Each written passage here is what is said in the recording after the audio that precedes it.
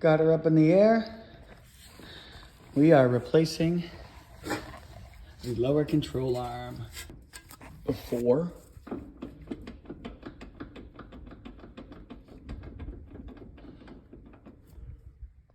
This tie rod tool, ball joint remover, is like one of my favorite tools. Look how easy this is.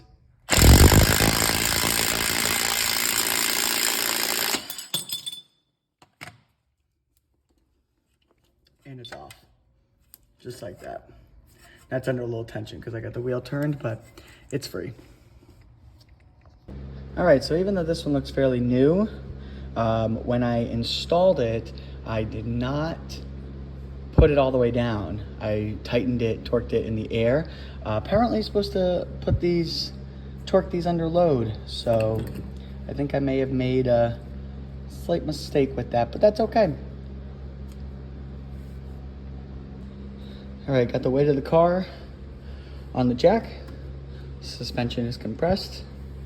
Control arms, bolts properly torqued.